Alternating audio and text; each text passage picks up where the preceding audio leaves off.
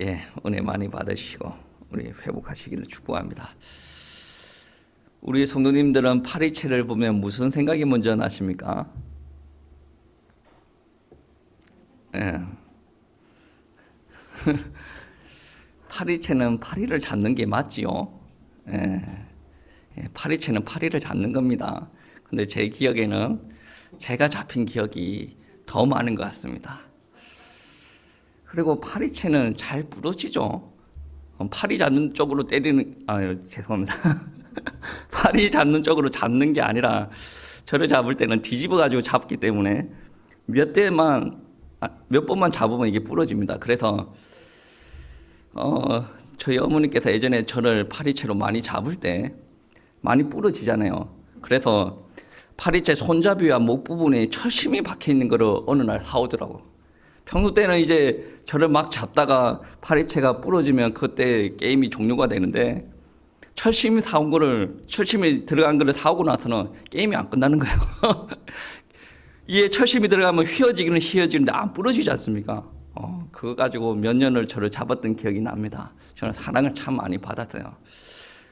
철심 들어가는 파리채로 사랑도 받았었고, 전깃줄 가지고도 사랑을 좀 받았었고, 낚싯대로도 받았습니다. 그리고 밥 먹을 때 사랑이 필요하다 그러면 숟가락으로도 받았고, 어머니가 주걱으로 밥하다가 사랑이 좀 필요하다 싶으면 바로 그거 가지고 사랑을 베푸는데 흥부가 조금 나아요. 왜 그런 줄 아십니까? 흥부는 싸대기만 맞았잖아. 싸대기만 맞으면 이게 정리하기 편하거든. 근데 머리 있는데 맞으면 이럽니다.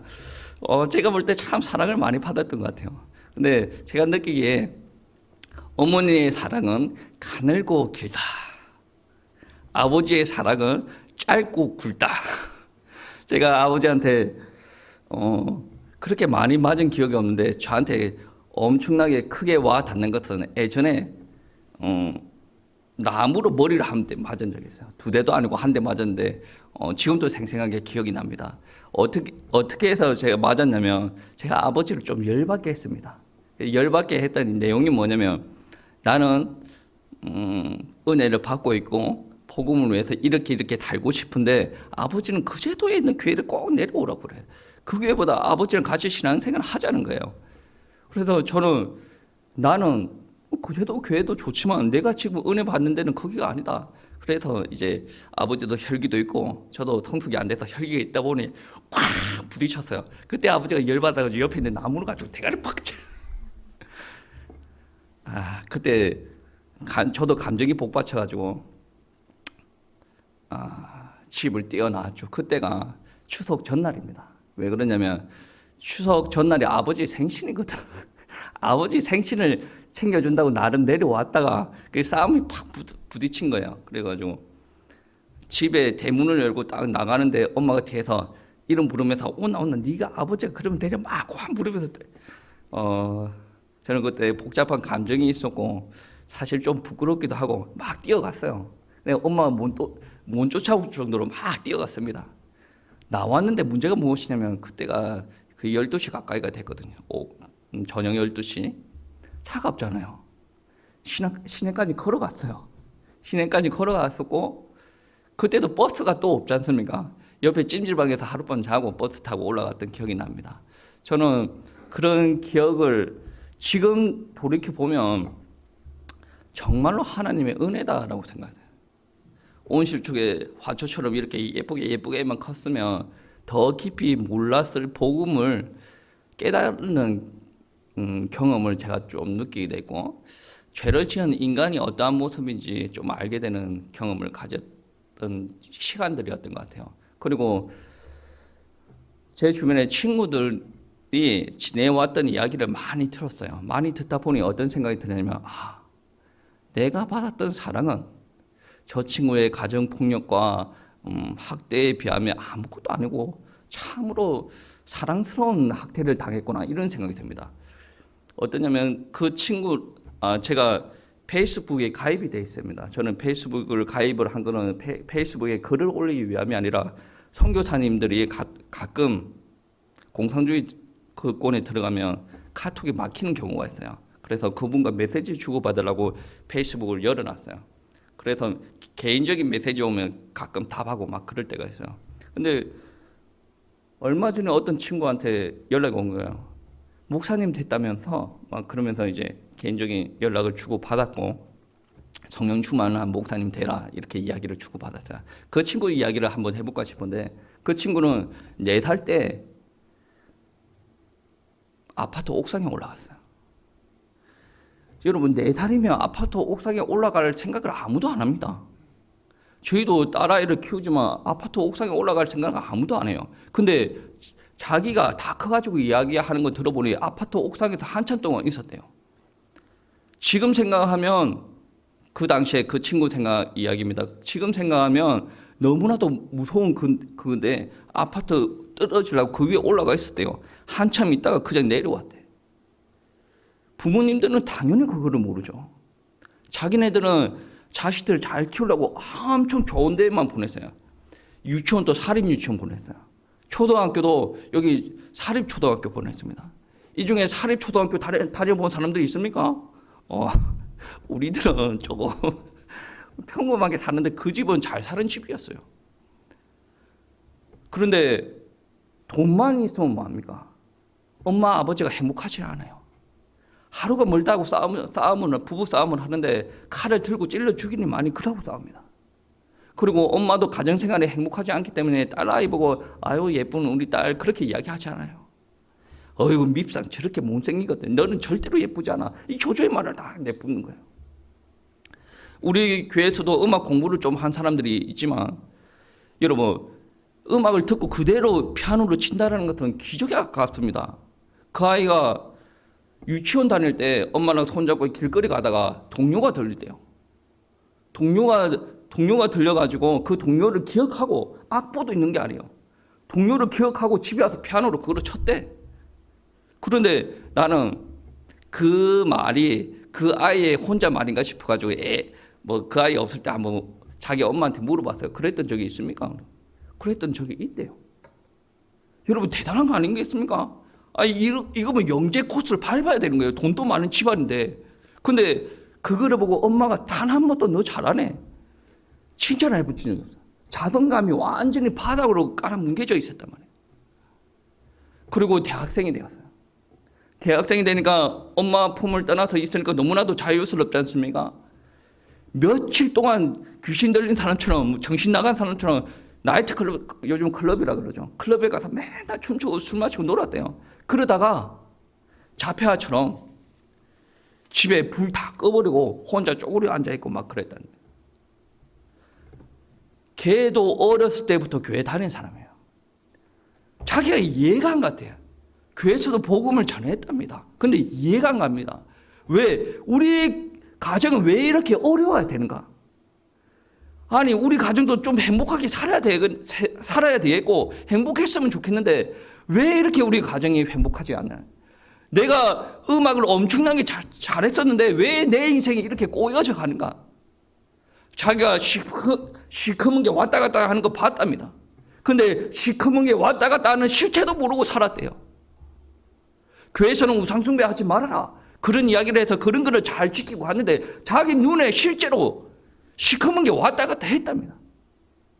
그러면서 대학생이 되어지고 나서 우연찮게 복음을 전하는 전도자를 만난 거예요. 그 복음을 늘 묵상하고 있다 보니 몇 년 동안 묵상을 했대요. 누리고 막 하나님을 경배하고 있는데 한 번은 폭발했던 거죠. 자기 속에 묵혔던 감정이 한번 폭발한 거예요. 엄마는 왜 나한테 왜 그렇게 못생겼다라고 이야기하냐. 나는 집안에서 예쁘다 소리를 단 한 번도 들어본 적이 없다. 밖에 나가서 예쁘다는 소리를 들어봤다. 내가 그렇게 피아노를 잘 쳤고 엄마도 알지 않냐. 내가 어렸을 때 그렇게 잘했는데 왜 나를 그렇게 무시하고 안 가르치려고 했었냐. 삼촌도 나한테 이상한 짓 하지 않았냐. 왜 엄마는 그거를 덮으려고 했냐. 엄마는 삼촌은 귀하냐 내가 귀하냐. 나는 엄마 딸이 맞냐. 아빠는 왜 그렇게만 하냐. 나를 왜 자꾸 고통 속으로 내몰고 그렇게 살았냐. 저는 묵혔던 감정이 복음 안에서 한두 번씩 폭발하고 감정 정리가 되고 복음적으로 재해석되는 시간들이 좀 필요하다고 생각합니다. 오늘날 보면 제일 심각한 문제가 무엇이라고 생각합니까? 환경 문제도 심각한데 전 세계적으로 지구상에 제일 심각한 문제가 무엇인지 아십니까? 청소년 문제입니다. 청소년 문제 어디서 오는 겁니까? 가정에서 옵니다. 여러분, 저는 예수를 안 믿는 사람이 가정이 온전하다? 저는 그 말을 절대로 믿지 않습니다. 가정 문제는 어디서부터 시작이 되었습니까? 창세기 3장부터 시작되었습니다. 그 창세기 3장부터 개인에게 문제가 오고 그 개인 죄를 가지고 있는 개인이 또 남자와 여자가 만나가지고 가정을 이뤘어요. 사랑을 해서 이뤘는데 다 이혼을 합니다. 다 성격 차이라 그러죠. 죄가 있어서 그래요. 죄가 있기 때문에 화목한 가정이 유지가 안 되어지는 거고, 죄가 있는 상황에서 하나님의 은혜를 모르고 있으니 저 사람이 왜 저렇게 행동하는지 모른다. 내가 이렇게 하는 게 마땅하다라고 이야기를 합니다. 신랑한테 이야기할 때 이렇고 왜 당신은 이해하지 못해요? 이게 어디에서 나오는 문제예요? 창세기 3장에서 나오는 문제입니다. 그렇게 신랑을 욕을 하면서 의지할 데 없어가지고 마지막에 의지를 누구한테 합니까? 신랑한테 합니다. 그게 점검이 되어줘야 됩니다. 하나님께서 그 상태를 모르겠습니까? 각 개개인에게 문제가 있고 각 개개인이 가정을 이루고 그 가정도 다 문제가 있는 것을 주님께서 모르시겠습니까? 부모에게도 문제가 있고 그 자식에게도 죄가 있고 문제가 있다는 거 예수님께서 모르시겠습니까? 오늘 말씀을 기록한 바울도 모르겠습니까? 바울의 말을 한번 읽어보시기 바랍니다. 1절, 2절입니다. 합독하시겠습니다. 자녀들아, 주 안에서 너희 부모에게 순종하라. 이것이 오늘이라. 내 아버지와 어머니를 공경하라. 이것은 약속이 있는 첫 계명이니. 아멘. 죄인들에게 이야기합니다. 부모를 공경하라. 이거는 옳다. 이거는 하나님의 명령입니다. 이 말씀이 있기 전에 5장 말씀에 어떤 말씀이 있는지 우리 다 같이 한번 보겠습니다. 5장 1절 말씀 한번 보시겠습니다. 그러므로 사랑을 받은 자녀 너희는 하나님을 본받는 자녀가 되고, 2절 말씀에 보시면 이런 말씀이 있습니다. 그리스도께서 너희를 사랑하신 것 같이 너희도 사랑 가운데서 행하라. 그리고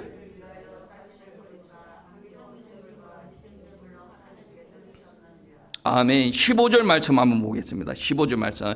그런즉 너희가 어떻게 행할지를 자세히 주의하여 죄 없는 자같이 하지 말고 오직 죄 있는 자같이 하여. 17절 말씀입니다. 그러므로 어리석은 자가 되지 말고 오직 주의 뜻이 무엇인가 이해하라. 그리고 18절 말씀에 성령으로 충만하마. 21절 말씀에 그리스도를 경외함으로 피차 복종하라. 이 말씀이 없고 주님을 공경하라, 그게 하나님의 말씀이 되어지지 않습니다. 오늘 말씀은 5장이 있고 6장이 있습니다. 그 5장에서는 어떤 말씀합니까? 너희는 어리석은 자가 되지 말고 지혜 있는 자가 되어라. 너희는 하나님의 사랑을 받았지 않냐? 하나님의 사랑을 받은 자로서 성령 충만하여서 주님께서 원하시는 뜻이 무엇인지 헤아려 그 뜻 따라 행하라. 그것이 그리스도를 경외하는 모습이 될 것이다. 그 모습이 복종으로 이어질 것이다 라고 이야기를 합니다. 여러분, 자녀들도 문제가 있을 테고 부모들도 문제가 있을 겁니다. 그런데 하나님께서는 이거를 원하지 않아요. 가정에서 남편이 잘한다고 하더라도 아내 쪽에 문제가 있을 수가 있고 쌍방이 문제가 있을 수도 있어요. 그리스도를 경외하고 성령 충만 받아서 주의 뜻을 아는 사람들은 하나님을 본받아서 행하라. 그 행하는 모습들이 5장 마지막 부분에 나오는데, 그 부분들이 남편은 아내를 사랑을 하고 아내는 남편에게 복종하라. 이게 되어지지 않으면 성령 충만한 사람이 되어지지 않습니다. 그리고 나서 6장 말씀에 부모와 자녀와의 관계를 이야기하는데, 자녀에게 부모에게 공경하라. 부모에게 순종하라. 나는 잘 되어지지 않는데요. 그러니까 당신은 은혜 받은 사람이 아니네. 믿음이 회복되어진 사람이 아니네. 하나님의 말씀은 공경하라라고 하는데 내 기질은 아버지 앞에 대적하는 기질이야. 근데 이 대적하는 기질을 내가 뒤집어 엎으려면 어떻게 해야 됩니까? 하나님의 사랑을 충만하게 받아라. 성령 충만하면 받고 주님의 뜻이 무엇인지 깨닫고 네가 진정으로 그리스도를 경외한다 그러면 이 부모에게 공경을 표하라. 하나님의 말씀이에요. 내가 아무리 복음을 이야기를 하고 내가 아무리 하나님 앞에 헌신을 하고 내가 아무리 능력이 많다라고 하더라도 부모 앞에 공경이 표현이 되어지지 않으면 그 사람의 신앙이 한 번쯤은 의심을 해봐야 된다는 거예요. 바울은 오늘 말씀에 이 부모를 공경하라라는 이 계명이 약속의 첫 계명이라 그럽니다. 여러분 10계명 다 아시지 않습니까? 제5계명입니다. 그런데 왜 약속의 첫 계명이라고 하겠습니까? 실질적으로 가장 먼저 배워야 될 메시지가 부모를 공경하는 메시지예요. 자녀들이 이 땅에서 제일 먼저 관계를 갖는 사람들이 누구예요? 부모입니다. 부모와 관계를 맺는 부분에서 원만하게 관계를 맺는 부분들이 되어져야 하나님께서 이끄시고 하나님께서 이 아이에게 지경을 넓혀주시고 이 아이가 앞으로 활동하고 나아갈 때 온전한 모습이 이루어진다라는 말씀이에요. 그리고 약속이 있는 첫 계명. 그 약속이 무엇입니까? 출애굽기 20장에 보시면 내가 준 땅에서 생명이 길리라. 왜 이러한 약속까지 주면서 하나님께서 명령하십니까? 하나님께서 이 약속을 줌으로써 더 이 아이들이 자녀들이 부모를 순종하는 일들이 일어났으면 좋겠다라는 게 부모의 하나님의 진정 아니겠습니까? 요즘에 부모들은 그렇습니다. 나는 권위 있는 부모가 되어지기 싫다. 그래서 친구처럼 되어지기를 원한다. 무조건 부모가 낮아지고 그렇게 하기를 원한대요. 제가 얼마 전에 TV에서 시사 프로를 한번 봤는데 어떤 10대한테 물어봤어요. 어른들이 꼰대지 않습니까? 이 꼰대가 너희들과 관계 잘 맺으려면 어떻게 해야 됩니까? 물어봤어요. 10대가 어떻게 대답하냐면 자기를 꼰대인 걸 인정하면 돼요. 꼰대가 아닌 것처럼 계속 낮추고 꼰대를 인정하래요. 저는 그런 우문현답이다. 여러분, 요즘 부모들이 트렌드입니다. 나는 친구와 같은 부모, 자식이 어떤 말을 하더라도 나는 감수하고 자식이 잘못되면 가르쳐야 되지 않습니까? 그러니까 어떤 말을 하더라도 감수를 하고 이렇게. 그러다 보니 양육을 할 수가 없어요. 친구와 친구 사이에는 양육이 이루어지지 않습니다. 나는 친구와 같은 부모가 되기 위해서 저는 권위도 주장하는 걸 원치 않아요. 그런데 어느 정도 위치가 있어야 양육이 되어지는데 그거를 다 내려놓고 네가 하고 싶은 거 다 해줄게. 그러니까 요즘 아이들이 어떻게 됩니까? 버르장머리 없고 어른들 말하는데 탁탁탁 다 끊어먹고 예의 없고 그러니까 관계를 잘 맺지 못해요. 자기가 직장생활 하다 보면 불합리한 일을 당해요. 불합리할 일이 아니더라도 어른들과 어려운 관계를 맺을 그런 상황 가운데 있으면 어떻게 합니까? 진짜 때려쳐버려. 아니 여기 아니면 직장 없나? 내가 이렇게 불합리하고 이렇게 꼰대짓 하는 사람 밑에서 일을 해야 되겠냐? 여러분 요즘 아이들이 그렇다죠. 저도 요즘 아이 양육을 받은 사람인데 여러분 이러면 하나님의 일 감당 못합니다. 왜 조금만 힘들면 관계를 내려놓으려고 합니까? 힘들면 하나님 앞에 기도하는 것도 훈련이 되어야 되지 않습니까? 내보다 지위가 높은 사람이 이야기를 하면 순종하는 훈련이 된 사람들은 인내를 하는 게 더 쉬워집니다. 가정에서 이러한 일들이 일어나지 않으면 우리 자녀들은 세상 나가서 하나님의 일을 감당을 못하는 거예요. 부모에게도 순종이 안 되어지는데 나아가서 어떻게 순종이 되어집니까? 나아가서 순종이 되어진다라고 하는 애들은 기회주의자입니다. 조금 강하게 이야기를 하면 양아치인 거죠. 그게 무슨 말이에요? 내가 만만한 사람들한테 막 공격하고 다녀. 근데 나한테 영향을 주고 그 사람의 판단이 나한테 엄청나게 귀중한 일들이 일어날 것 같으면 아예 굽식굽식거리고. 제 주변에도 이런 사람들이 많습니다. 목사님 중에서도 이런 분들이 있고 장로님 중에도 이런 분들이 있어요. 대외적으로 자기한테 소중하고 자기 이미지가 중요하면 굽식굽식 다녀. 만만한 사람들한테 막 잡아 해코지하고 막 죽이려고 막 이렇게 하는. 그게 성품 문제예요. 그 성품 문제는 본질적으로 하나님을 만나야 회복이 되어지지만 가정교육이 안 되어서 그래요. 가정에서 내버려 뒀단 말이에요. 여러분 자녀를 통제하는 최초의 사람은 누구예요? 부모입니다. 직장에서 만나는 그 상사가 아닙니다. 학교에 들어가서 내보다 학년 높은 형들이, 누나들이 아니라 말이에요. 자식을 통제하는 최초의 사람은 부모예요. 근데 부모가, 나는 친구와 같은 부모가 되겠다라는 트렌드를 나한테 가짐으로 부모의 역할을 제대로 하지 않으면 내 자식들은 세상에 나가서 주님의 영광을 드러낼 수가 없어요. 내가 부모로서 대접을 받겠다, 그런 개념이 아닙니다. 부모를 공경하고 순종하는 것을 가르치는 게 아주 큰 덕목입니다.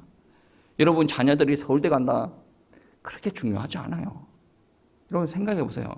지금 우리나라에서 어느 정도 자리 잡고 있는 사람들, 똑똑한 사람들 너무 많아요. 근데 서울대에 수재들이 계속 나와요. 내가 똑똑하지 않아서 그 똑똑한 사람들 데리고 씁니까? 아니요, 나는 충분히 똑똑해요. 근데 서울대 나온 사람들 왜 데리고 씁니까? 기본적으로 점검이 되어졌으니까. 그리고 똑똑하다고 데리고 쓰는 거 아닙니다. 그 아이의 뒷조사를 다 합니다. 이 아이의 성품이 어떻고, 대인관계가 어떻고. 여러분, SM이나 JYP, 요즘은 아이돌을 키우는 그룹 있지 않습니까? 그 기업에서도 애 하나 스카우트 할 때 한 달 내내 애 뒤를 따라다닙니다. 저 아이가 어떤 말을 자주 사용하고, 저 아이가 교우 관계가 좋냐 안 좋냐. 내 아이가 아무리 능력이 뛰어나도 교우 관계가 되어지지 않고, 친구를 존중하지 않고, 사람들을 배려하는 게 되어지지 않고, 부모를 존중하는 게 되어지지 않으면 세상 어디에도 사용하지 않습니다. 저 삼류 문화에서는 사용이 되어집니다. 어차피 삼류니까. 근데 올라가면 올라갈수록 성품이 너무 중요합니다. 어떻게 생각하면 자녀 입장에서 부모를 바라볼 때 부모가 좀 무식하게 보일 수도 있습니다. 왜냐? 나는 부모보다 더 발달한 사회에서 더 많이 배웠어요. 그래서 자연스럽게 자녀가 부모를 멸시하고 경히 여깁니다. 그런데 하나님께서는 이러한 모습을 어떻게 여기냐면 아주 악한 죄악이라고 여깁니다. 그리고 하나님께서는 정죄를 안 하시는 분인데, 예수 그리스도 안에서 피로 말미암아 정죄함이 없지, 그렇게 함부로 하는 자녀들한테는 정죄함이 있다라고 이야기를 합니다. 그리고 벌하십니다. 출애굽기 27장 16절 말씀에 보시면 이런 말씀이 있습니다. 그의 부모를 경홀히 여기는 자는 저주를 받을 것이라 할 것이요, 백성들은 아멘 할지니라. 제가 이야기하면 여러분은 아멘 하시면 됩니다. 말씀대로 하는 거니까. 제가 말 끝나면 여러분 아멘 하세요. 그의 부모를 경홀히 여기는 자는 저주를 받을 것이라. 여러분 뭐 좀 아닌 것 같은데 맞습니다. 이게 하나님의 말씀입니다. 오늘날 설교자들은 자꾸 축복받으라라고 이야기를 하는데, 잘못된 길로 가면 축복받으면 안 되죠. 잘못된 길로 가면 하나님께서 응답을 거쳐야 됩니다. 왜 그러냐면, 내가 잘못된 길로 가고 있음에도 불구하고 길이 계속 열린다라고 하면 얘는 완전히 잘못된 길의 끝자락까지 가는 거예요. 끝자락까지 가기 전에 돌이켜 와야 되지 않습니까? 차라리 그 전에 저주받는 게 좋지 않습니까? 우리 교회에서도 보면 나이 들어서 경계 다 털리고 몸 건강 다 무너지고 그래서 하나님 앞에 온 사람들 있지 않습니까? 저는 그의 복된 삶이라고 합니다. 죽는 그날까지 예수 그리스도를 모르고 자기 마음대로 사는 삶보다 하나님의 복음을 알고 육신이 무너져 내림으로 말미암아 이 땅에서 가장 귀한 것을 알았다. 저는 복된 삶이라고 생각합니다. 여러분, 축복한다라는 메시지를 많이 하시는 목사님을 존중하지 마시기 바랍니다. 가정에서도 자기 자녀를 막 축복하는 그러한 부모를 너무나도 좋아할 필요는 없습니다. 친구 같은 부모가 자녀들한테 필요한 게 아니라, 교육관이 성경적으로 회복이 되어졌고 성경을 가지고 자녀를 양육하는 부모가 필요합니다. 그 부모의 눈이 얼마나 중요한지 아십니까?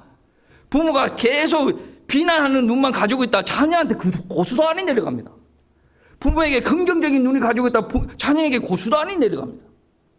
부모가 성경적인 눈, 하나님을 위한 삶, 아니 전도와 선교를 위한 상, 내 인생을 들여서 하나님 앞에 경배를 올려드리는 상, 거기에 관심이 있는 부모는 자녀에게 고스란히 내려갑니다. 그래서 내가 상황이 안 되어집니다. 그런데 하나님께서 이거 하라고 그럽니다. 그럼 나는 어떻게 해야 됩니까? 안 되는 상황, 여기에서 하려고 발부둥 쳐야 돼요. 내 거를 고집을 부리는 게 아니라 내 거를 내려놓고 하나님께서 원하시는 삶을 살아가는 부모가 되어져야 된다는 겁니다. 여러분, 존중받고 공경받는 부모가 되어지려면 어떻게 해야 되는 줄 아십니까? 여러분, 하나님 믿어야 돼요. 여러분, 성령 충만해야 됩니다. 여러분 기질대로는 잘 안 되지만 하나님의 뜻 따라 인도받으려고 발부둥 치는 모습이 자녀들한테 보여줘야 된다는 말씀입니다. 우리 성도님들은 자녀들한테 가르치기만 하지 마시고 삶으로 보여주세요. 그 말은 무슨 말이냐면 자녀들이 부모를 볼 때 공경하고 순종을 해야 되는데 여러분이 그 좋은 모습을 보여줌으로 말미암아 자녀들이 여러분을 쉽게 순종하고 쉽게 복종할 수 있도록 가르치기 바랍니다. 어차피 순종은 안 가르치면 안 돼요. 그런데 여러분이 이 아이가 부모한테 순종을 잘 할 수 있는 모습을 많이 보여줘야 됩니다. 만약에 그거를 안 보여준다라고 하더라도 자녀는 순종을 해야 됩니다. 하나님께서 그거를 요구하시기 때문에. 제가 부모님이랑 관계가 조금 안 좋았던 적을 또 이야기를 했지만 아마 이 땅에 있는 자녀들은 그런 시간들이 다 있었을 겁니다. 근데 제가 아버지와 가족들 간의 관계가 안 좋을 때 저는 대자로 뻗어가지고 잔 기억이 없습니다. 대학교 다닐 때, 청년회 때. 가정을 놓고 부모님을 놓고 무릎을 꿇고 기도하다가 지 내려가지고 다리 펴가지고 이렇게 자고 무릎 꿇고 기도하다가 옆으로 기대서 자고 저는 그런 기억이 청년할 때 생각하면 그런 기억이 가득합니다. 저는 감사해요. 부모님과 떨어져가지고 가정을 놓고 기도하고 있었다는 게 참으로 감사합니다. 근데 그거를 기도하고 복음의 메시지를 누리면서 뭐가 저한테 은혜가 되어졌냐면 내가 복음으로 회복해야 되겠구나. 그리고 내가 잘 안 되는 영적인 문제 깊이 묵상을 하다 보니 아버지도 그러한 영적인 문제를 가지고 있고 엄마도 그러한 영적인 문제를 가지고 있다란 말이야. 그런데 우리 부모님들 여러분 이곳에 있는 분들 중에 우리 부모님보다 젊었을 때 못 산 사람은 없을 겁니다. 저는 100% 확신합니다. 제가 어떻게 살았는지 제가 알잖아요. 우리 부모님도 엄청나게 가난하게 살았어요. 그 가난하게 살면서 본인의 영적인 문제도 있어요. 본인도 너무나도 삶이 힘들고 찌들었어요. 근데 이 부모가 어떻게 나한테 100%의 사랑을 다 제공을 해줄 수가 있겠습니까? 제가 기도하다가 어떠한 은혜를 받았냐면 우리 부모님도 참 복음만 해서 발부둥 치려고 하나님 앞에 세워지려고 엄청나게 노력했구나. 정말 대단한 부모님이구나. 사람한테 복음이 없으면 정말로 저렇게 되어질 수밖에 없구나. 근데 우리 부모님은 그걸 자꾸 뛰어가려고 발부둥 치고 있다. 여러분, 자녀들은 때에 따라서는 이러한 말도 합니다. 엄마 아빠가 돼가지고 이것도 못 해주나? 이렇게 할 거면 낳지를 말든가. 학원도 못 보내주고 밥도 제대로 안 해주고 좀 나한테 사랑 좀 많이 주면 되지 않겠냐? 엄마 아빠잖아. 왜 그거를 못 해줘? 저도 일리가 있는 말인 것 같아요. 근데 부모님은 하나님이 아닙니다. 여러분, 부모님을 대할 때 하나님이 아니라는 것을 인정을 해야 순종을 하기가 수월해집니다. 여러분, 자꾸 부모한테 나는 이 상처가 있고 저 상처가 있고 저 상처가 있고 아니 사람한테 상처가 있는 거를 계속 저 사람이 인격에 하자가 있고 능력이 안 되고 감정이 너무나도 안 좋은 그 사람한테 상처를 받은 거를 계속 묵히고 해가지고 내한테 병이 됐어요. 누구 손해입니까? 자기 손해예요. 내 부모가 안 되고 내 부모가 능력이 없고 그거를 쿨하게 인정해야 돼요. 왜냐하면 내 부모도 변화가 되어지려면 내 부모도 하나님의 은혜가 필요한 죄인이란 말이에요. 그 죄인에게 하나님의 은혜가 들어가지 않고 예수 그리스도의 피가 들어가지 않으면 나한테 자연스럽게 상처가 올 수밖에 없습니다. 아니 부모가 그럴 수가 있습니까? 그럴 수가 있어요. 하나님이 아니라니까요. 쿨하게 인정하셔야 돼요. 그래서 우리 부모가 죄인이기 때문에 우리 부모한테 은혜가 들어가야 됩니다. 그래서 은혜 주시는 분은 하나님이시지만 나는 하나님께 그 은혜를 간구하고 기도합니다. 내 부모님 더 은혜 받게 해주시고 내 부모님 더 복음 쪽에 들어가게 해주세요. 그게 일평생 우리들의 사명이 되어져야 될 줄 믿습니다. 부모들은 하나님이 아닙니다. 실수투성입니다. 그게 바로 4절에서도 증명하지 않습니까? 또 아비들아 너희 자녀를 노엽게 하지 말고 오직 주의 교훈과 훈계로 양육하라. 자녀들은 주 안에서 부모에게 순종을 하고 부모는 자녀들에게 주 안에서 교훈과 훈계를 주라라고 이야기해요. 골로새서 3장 21절 말씀에 보시면 어떤 말씀이 있냐면 부모가 주 안에서 양육하지 않으면 자녀를 노엽게 할 뿐만 아니라 자녀를 낙심시킨다라고 이야기를 합니다. 우리 성도님들, 여러분이 복음 안에서 서시기 바랍니다. 여러분 때에 따라서는 주변 친구가 떠나고 여러분 때에 따라서 내한테 가진 게 없다라고 하고 나는 완전히 밑바닥이라고 생각되어질 때가 있을 겁니다. 그때 여러분 가장 행복한 시간입니다. 어떻게 그게 가장 행복한 시간이에요? 여러분 돈이 많으면 뭐하고 다니겠습니까? 돈 믿고 다니겠죠. 친구들 많으면 뭐 믿고 다니겠죠? 친구 믿고 다니요. 근데 아무도 없어요. 그때 내가 의지할 분은 하나님이다라는 것만 인정이 되어지면 그 시간에 뭐 하겠습니까? 하나님 앞에 기도하지 않겠습니까? 여러분 요셉이 보디발 집에 팔려갔어요. 그때 성경은 무엇이라고 이야기하냐면 여호와께서 함께 하심으로 형통하였다. 전혀 문제될 게 없어요. 인간적으로 바라볼 때는 문제투성인 삶이지만 하나님께서 그곳에 함께 하시기 때문에 형통하였다. 그러한 단계가 없으면 총리가 되는 단계가 없습니다. 감옥에 가는 단계가 없으면 총리가 되는 단계가 없어요. 하나님께서는 끝까지 바라보고 모든 것을 다 아시고 인도하시는데 우리들은 다 어떻게 기도합니까? 문제 좀 생기면 이거 해결해 주세요. 저거 해결. 그런 기도가 잘못되었다는 거예요. 하나님의 계획이 무엇입니까? 하나님의 계획이 이겁니까? 믿어지면 순종하는 거죠. 그러니까 이 순종이라는 개념은 부모에게 먼저 배워야 되고 내가 그거를 통해서 믿음의 양육이 되어졌을 때 하나님 앞에도 순종이 자연스럽게 되어질 수가 있는 겁니다. 이건 믿음이 들어가야 될 부분이기는 하지만 그렇다라는 말씀입니다.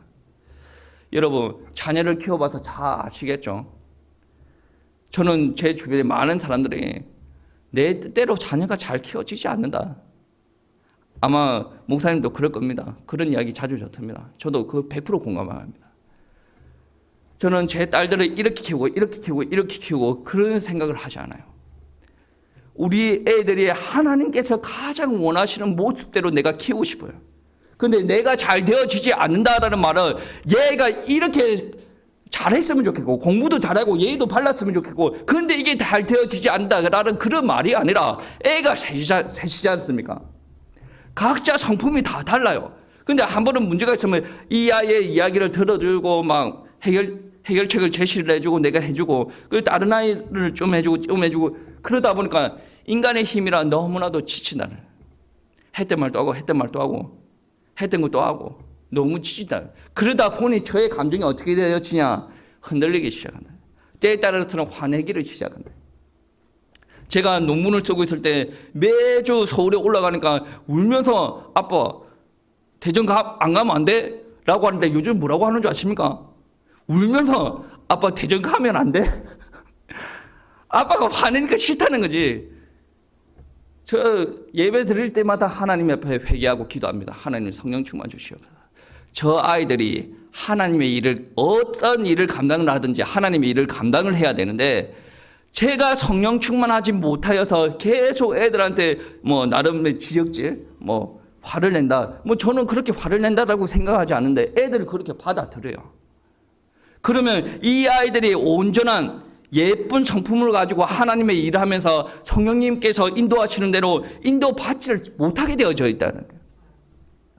그러면 하나님이 이 아이들을 하나님께서 책임지실 것이라는 것을 100% 확신하는데 그러면 아버지 나를 통해서 이 아이들이 배울 거는 배워야 되고 하나님께서 나중에 인도하실 거를 인도해야 되지 않겠습니까? 하나님께서 이 아이를 통한 계획이 있다면 하나님께서 저를 만져주시옵소서. 저는 나름 사랑이 많다라고 생각을 하는데 하나님께서 저를 성령의 충만함으로 덧입혀 주셔서 온전하게 하나님께서 원하시는 말씀 위에 서서 이 아이들을 양육할 수 있도록 하나님께서 은혜 허락하여 주시옵소서.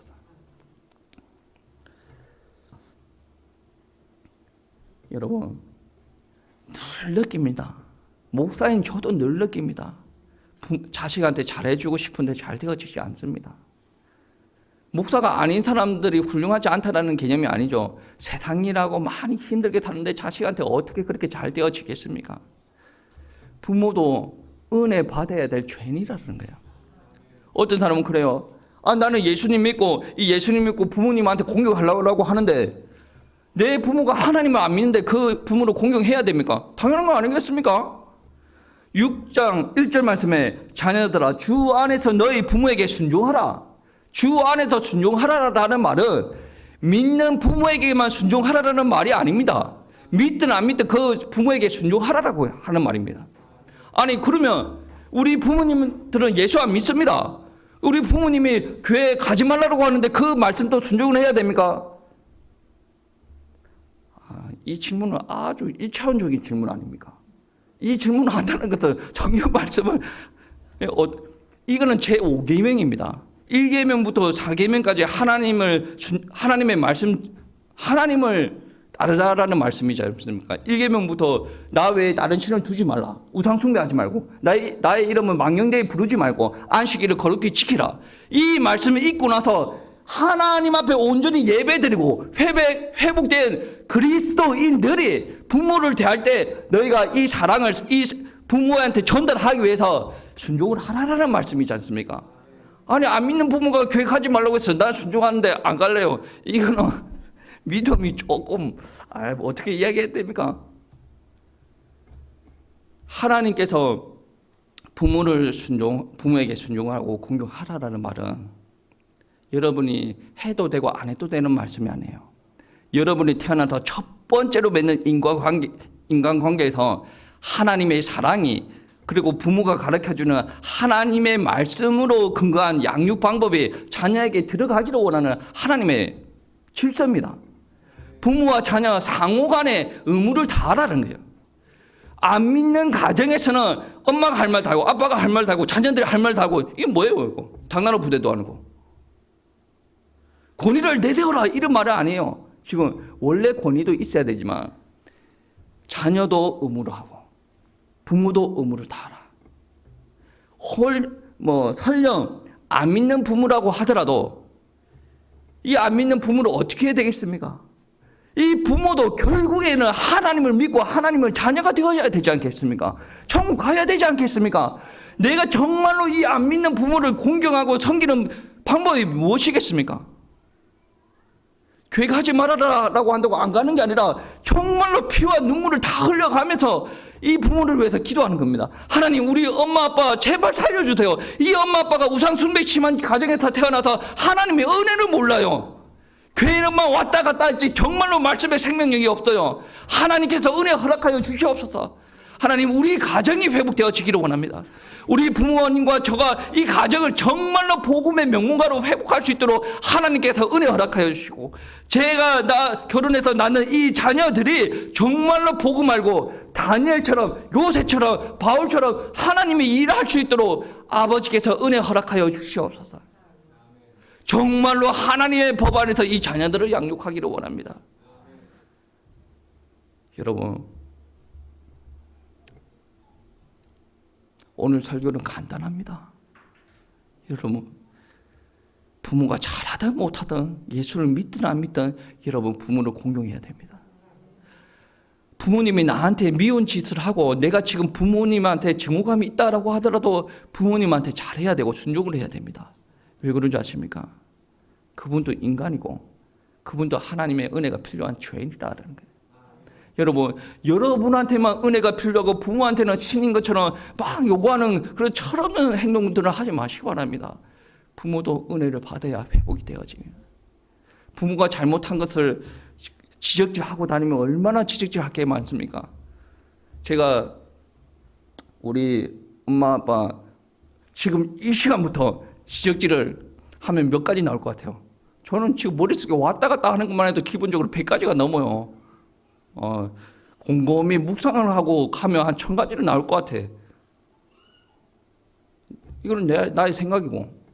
저는 설교 앞부분에 이야기했지 않습니까? 부모님한테 좀 맞았다. 저희 형은 더 맞았어요. 맞은 거에 대해서 전혀 감정이 없어요. 이 감정이 깔끔하게 해결되어지는데 그 깔끔하게 해결되어질 때가 언제냐? 아, 복음이구나. 내가 죄인인데 내가 은혜를 받았구나. 내 엄마 아빠도 은혜를 받아야 되겠구나.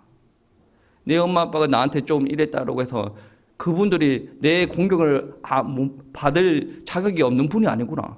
나는 이분들한테 순종을 해야 되겠구나. 그게 헤어진다는 거예요. 저희 어머니 아버지한테 나중에 물어보세요. 우리 목사님 순종 잘하는가? 저도 잘 못해요. 잘 못하는데 노력하고 나아간다. 우리 어버이 주일 아닙니까? 부모님을 딱 생각하시고 그리고 가정을 생각하시고 복음 안에서 회복되어지는 복음 명문가가 되어지기를 축복합니다.